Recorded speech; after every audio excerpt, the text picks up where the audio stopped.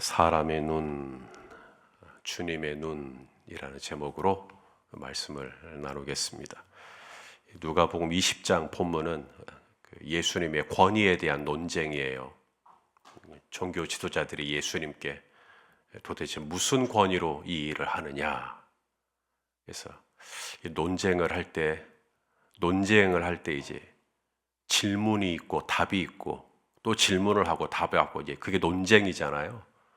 그래서 예수님께 이제 논쟁을 하기를 무슨 권위로 이렇게 하느냐. 그 다음에 가이사에게 세금을 내는 것이 옳다고 생각하느냐, 그르다고 생각하느냐. 이것도 논쟁이죠.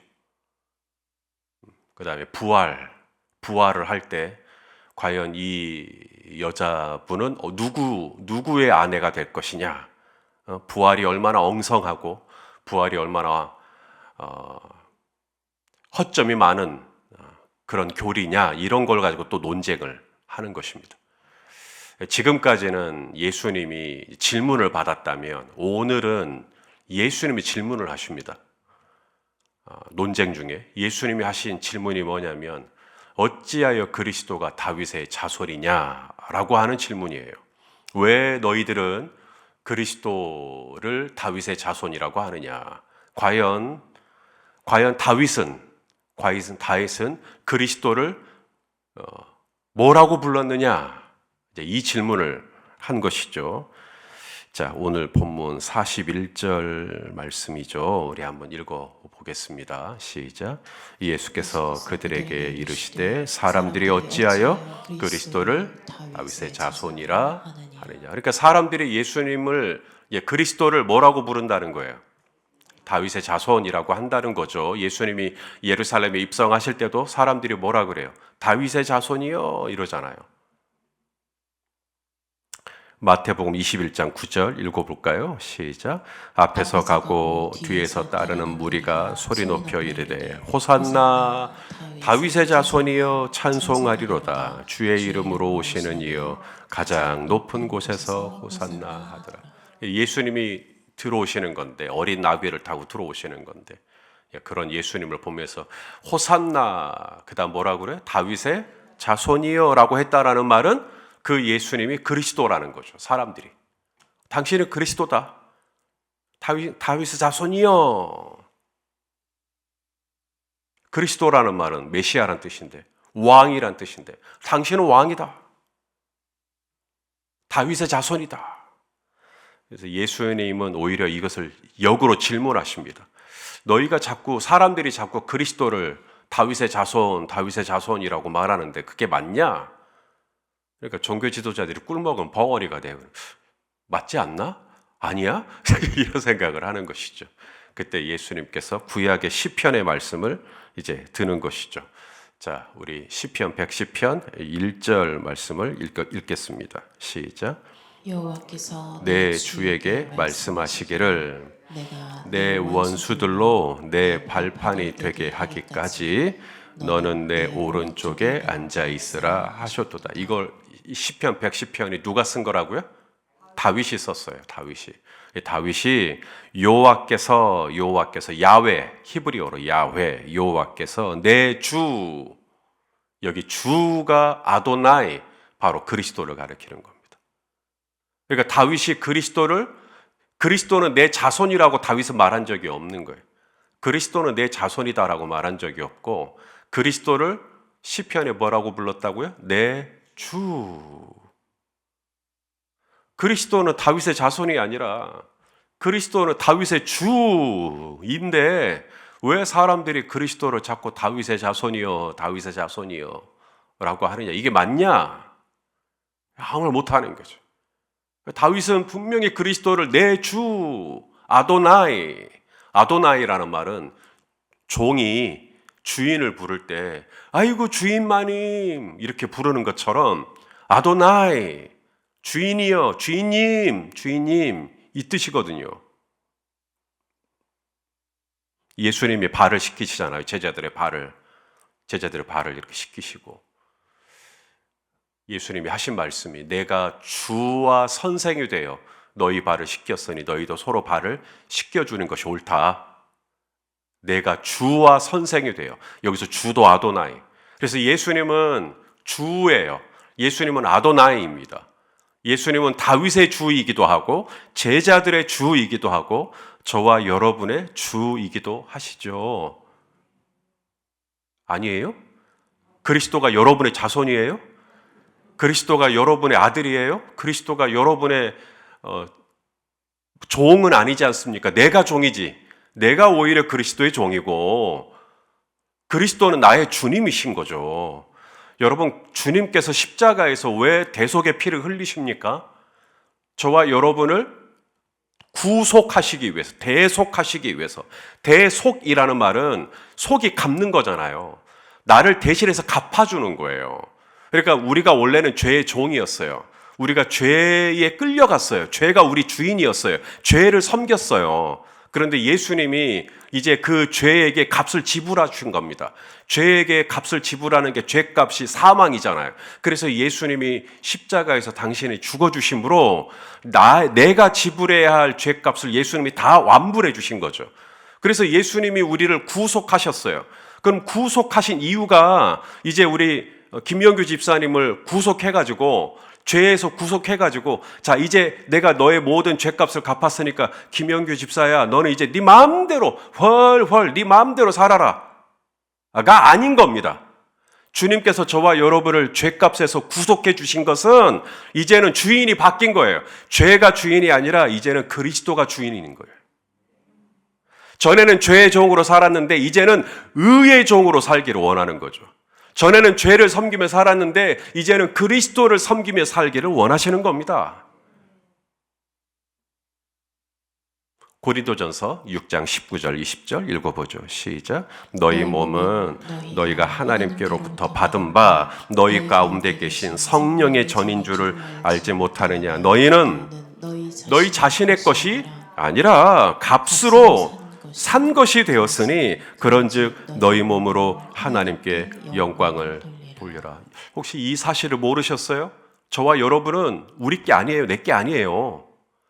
나는 이미 값으로 누가 나를 값으로 샀어요. 예수님이 그리스도가 십자가에서 그 값을 지불하셨어요. 그래서 이제는 나는 죄의 종이 아니지만 그렇다고 자유도 아니에요. 나는 이제 의의 종으로서 그리스도를 섬기고 그리스도가 나의 주인이고 이제는 그리스도의 뜻대로 사는 것이고 그래서 예수님께서 그리스도가 다윗의 주이신데 왜 사람들은 자꾸 그리스도를 다윗의 자손 그리스도는 내가 부릴 수 있는 그리스도는 내가 뭘 이렇게 결정하면 그리스도가 뒷수습하는 그런 존재가 아니란 말이에요. 오히려 거꾸로예요. 그리스도가 앞서가면 우리가 뒤따라가고 그리스도가 승인을 해줘야 내가 뭔가를 할 수가 있고 왜냐면 나는 종이니까. 그러면서 서기관 이야기를 하십니다. 어찌하여 사람들이 그리스도를 다윗의 자손이라고 하느냐라고 하면서 서기관 이야기를 하면서 서기관들을 삼가라 라고 말해요. 서기관들하고 사귀지 마라. 서기관들하고 자꾸 어울리지 마라 라는 얘기죠. 자, 46절 말씀이죠. 읽어봅니다. 시작. 긴 옷을 입고 다니는 것을 원하며 시장에서 문안받는 것과 회당의 높은 자리와 윗자리를 좋아하는 서기관들을 삼가라. 서기관들을 삼가라. 서기관들하고 자꾸 어울리지 마라. 서기관들이 누구죠? 서기관들은 하나님의 말씀을 잘 아시는 분들이죠. 서기관이란 뜻이 하나님의 말씀을 필사하는 사람들이란 뜻이에요. 당시에는 인쇄술이 발달되지 않아가지고 서기관들이 말씀을 받아 적어요. 그래서 서기관들은 말씀을 공부하고 말씀을 연구하고 말씀을 해석해주고 말씀을 적용해주고 말씀을 필사해주고 정말 좋으신 분들이죠. 이런 분들하고 더 가까이 하고 싶지 않아요? 이런 분들이라면 더 좀 이렇게 커피도 한 잔 더 마시고 싶고 이런 분들이라면 밥이라도 한 번 더 먹고 싶고 이런 분들이라면 벚꽃 구경 가도 괜찮지 않겠어요? 그런데 예수님은 그러지 마라. 경건해 보이고 누구보다 믿음이 가도 삼가라. 긴 옷을 입고 다닌대요. 서기관들은 긴 옷을. 여러분, 긴 옷을 입고 다니면 사람이 어떻게 될까요?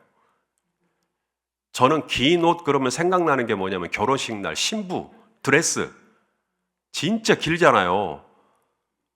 참 편해 보이시죠? 그런 긴 옷을 입고 화장실은 어떻게 간대요? 그런 긴 옷을 입고 책상에 앉아서 어떻게 컴퓨터 일을 할 것이며 긴 옷을 입고, 그런데 서기관들은 긴 옷을 입었대요. 이유가 뭘까요?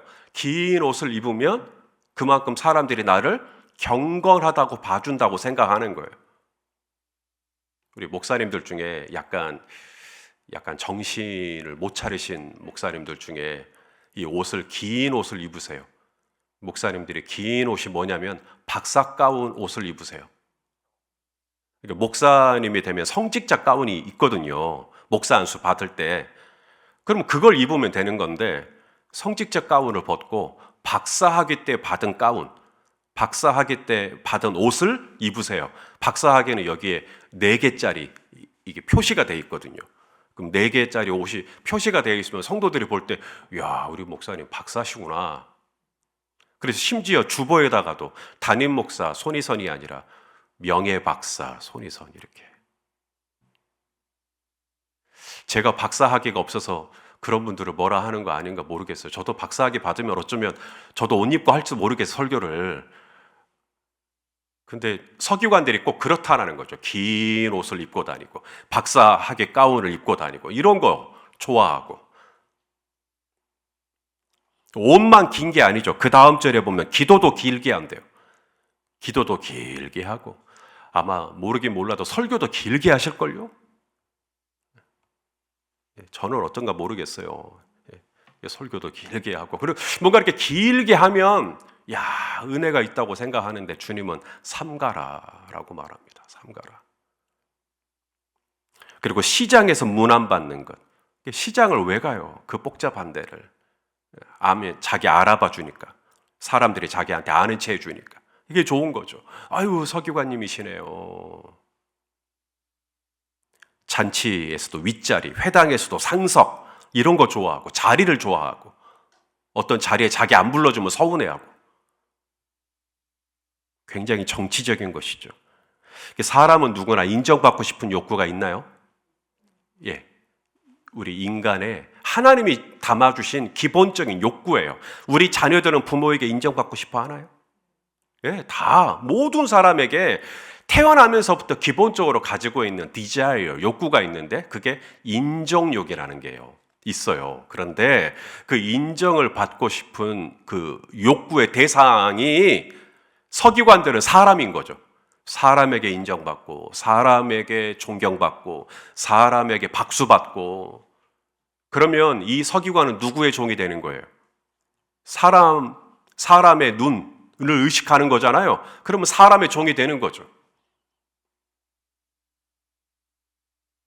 내가 하나님을 기쁘시게 하랴 사람을 기쁘시게 하랴. 갈라디아서 1장 10절. 내가 사람을 기쁘게 하면 그리스도의 종이 아니니라. 제가 이 말씀을 외우는 까닭은 제가 목사 안수 받기 전에 예수원에 올라가서 한 일주일 정도 기도하는 시간이 있었는데 하나님 저 다음 주에 목사 안수 받는데 제 평생에 목회하면서 제가 어떤 목사가 되기를 원하는지 말씀을 주시면 저 내려가겠습니다. 그래서 주신 말씀이 갈라디아서 1장 10절. 내가 하나님을 그리스도를 기쁘게 하랴 사람을 기쁘게 하랴. 이 서기관은 사람 기쁘게 하는 사람에게 인정받고 사람에게 박수받고 사람 비유 맞춰주고 그럼 사람의 종이에요. 누구든지 당신이 눈치를 보는 사람이 있으면 당신은 그 사람의 종입니다.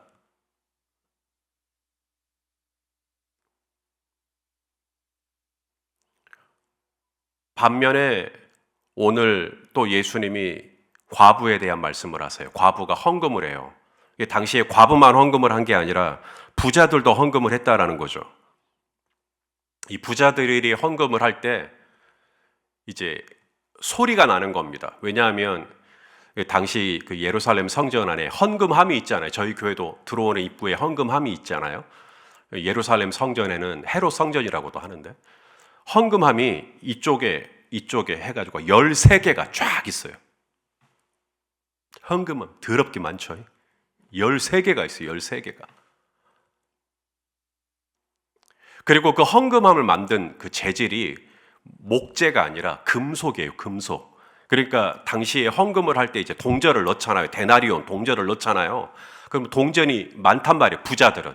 동전을 쏟아요. 그러면은 헌금하면서 소리가 쨍그랑. 근데 과부는 얼마를 냈다고요? 2렙돈. 그러니까 분명히 들어갔는데 소리가 너무 안 나는 거죠. 그런데도 예수님은 뭐라고 말씀하시죠? 과부가 제일 많이 헌금을 했다. 우리 오늘 본문 3절이죠. 21장 3절 읽어보겠습니다. 시작.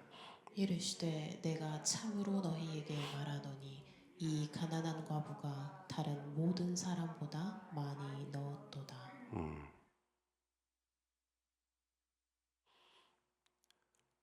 상대적으로 이 가난한 과부의 헌금에는 소리가 나요, 안 나요? 안 나죠. 부자들은 소리가 나요, 안 나요? 나요. 그래서 그 말씀을 하신 거예요. 구제할 때 외식하는 자가 사람에게서 영광 받으려고. 사람에게서 영광 받는다는 말은 사람의 종이에요. 사람에게서 영광 받으려고 회당과 거리에서 하는 것 같이 너희 앞에 뭘 불지 마라? 나팔. 이 나팔 불지 마라 이 말이 뭔 말이냐면 이제 동전을 넣을 때 동전이 안으로 쑥 들어가게 하기 위해서 안으로 쑥 들어가게 나팔 모양으로 돼 있어요. 입구가. 그래서 거기다 넣으면 안에서 마치 빰빠르빰빠 이런 소리가 난다는 게 아니라 들어가면 이제 쨍그랑 하는 소리가 자꾸 나는 거죠. 그렇게 구조가 헌금함이 돼 있어요. 그래서 자꾸 성도들이 그런 소리를 듣고 나도 헌금해야지 이런 마음이 들게끔 하기 위함이었을까요? 모르겠어요. 근데 예수님은 나팔 불지 말라는 거예요. 자꾸 소리 내지 말라는 거예요. 소리를 안 내면 누가 알아줘요? 봉사할 때 소리를 안 내면 누가 알아주냐고요. 사역할 때 소리를 안 내면 누가 알아주죠? 부자들은 쨍그랑 소리라도 내지, 나팔이라도 불지, 주보에 이름이라도 실리지. 근데 가난한 이 과부는 2렙돈, 아무 소리가 안 들린단 말이죠. 그냥 땅 하고 끝나는 소리. 그런데 우리 주님은 그 소리를 들으시죠. 그 소리를 아시죠. 그러니 내가 누구의 영광을 구하며 살아야 할 것인가? 다윗도 왕이잖아요. 다윗도 왕이면서 그리스도를 주라고 부르면서 그리스도의 영광을 위하여 살려고 했는데 다윗도 그렇다면 나도 비록 사람들은 나를 잘 몰라요. 사람들은 내가 어디에 숨어서 뭘 하는지 몰라요.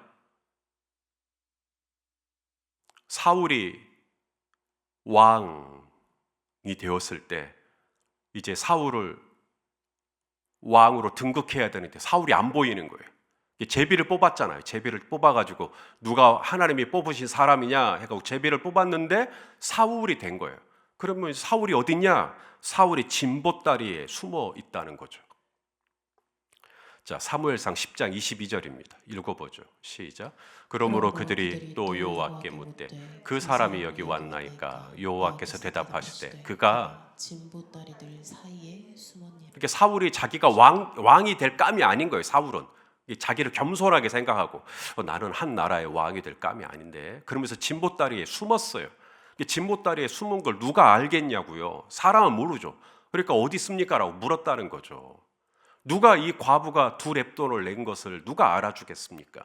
누가 사울이 진보다리에 숨어서 사역하는 것도 누가 알아주겠습니까? 이렇게 숨어서 사역을 하면 누가 알아주겠습니까? 많은 주님은 다 아신다. 그가 진보다리들 사이에 숨어 있구나. 그가 지금 아버지의 양떼를 치고 있구나. 그가 생활비 전부를 넣었구나. 보이지 않는 곳에서 기도하고 보이지 않는 곳에서 사역하고 보이지 않는 곳에서 섬기고 보이지 않는 곳에서 구제하고 주님은 다 아시는 거죠. 그러니 사랑하시는 성도 여러분, 사람이 나를 좀 알아주지 않고, 사람이 나를 인정해주지 않고, 우리에게는 다 그런 기본적인 욕구가 있지만, 그럼에도 불구하고 저와 여러분이 진정 바라보아야 할 눈, 그건 사람의 눈이 아니라 그리스도의 눈, 우리 주님의 눈인 줄로 믿습니다. 그래서 우리 주님 바라보고 오늘도 기도하고, 우리도 주님 바라보고 먹든지 마시든지 나의 주 대신 나를 구속해 주시고 나를 값으로 사주신, 나를 위하여 죽으시고 나를 위하여 부활하시고 지금도 나와 함께하고 계시는 나의 주님, 시퍼렇게 눈을 뜨고 나와 함께하시는 나의 주님을 의식하면서 오늘 이 하루도 내 주님을 기쁘시게 해드리는 하루가 되시기를 주의 이름으로 축원합니다. 기도하시겠습니다. 존귀하신 하나님, 다윗도 그리스도를 주라고 불렀거늘 어찌하여 사람들은 그리스도를 다윗의 자손이라고 하느냐. 오 아버지, 우리가 그리스도를 나의 주, 나의 하나님으로 우리도 동일하게 부르면서 입술로만 부르는 것이 아니라 정말 마음으로, 그리고 우리의 손과 발로 행함으로 정말 그리스도를 나의 주님으로 오늘 이 하루도 주님이 앞서가시며 우리가 그 뒤를 따르는 그런 삶을 살 수 있도록 인도하여 주시옵소서. 예수님의 이름으로 기도합니다. 아멘.